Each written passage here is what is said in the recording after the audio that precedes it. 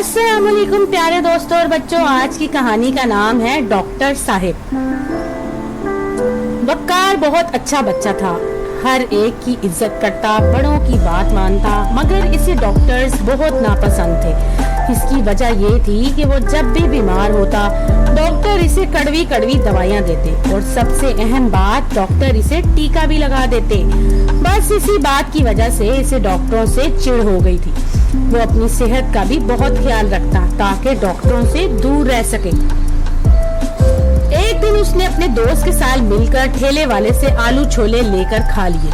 आलू छोले थे बहुत ही लजीज, एक के बाद दूसरी प्लेट भी खा ली। आधी रात में जब उसकी आंख खुली, उसके पेट में शदीद दर्द हो रहा था। दर्द इतना शदीद था कि वो रोने लगा। अम्मी की भी आंख खुल गई। दादी जान ने हाजमे का चूरन भी दिया, मगर कोई फर्क नहीं पड़ा। वो दर्द से चिल्ला रहा था और कह रहा था, हाय अम्मी, बहुत दर्द हो रहा है, उफ, मेरी जान निकल रही है।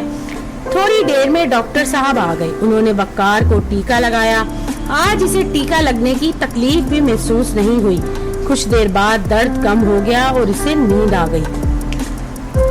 सुबह वो तरोताजा था। उसने रात के वाक़े पर गौर किया तो उसे अंदाजा हुआ कि डॉक्टर्स कितने अजीम होते हैं।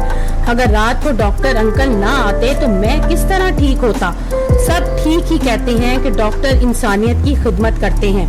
वक्कार ने उसी वक्त दिल में सोचा, मैं भी बड़ा होकर डॉक्टर बनूंगा और लोगों की खिदमत करूंगा। बल्कि मुख्तलिफ पेशों के अफराद किसी न किसी तरह हमारी मदद जरूर करते हैं। तो दोस्तों, अगर आपको ये कहानी पसंद आए तो मेरे चैनल को लाइक और सब्सक्राइब जरूर कीजिएगा।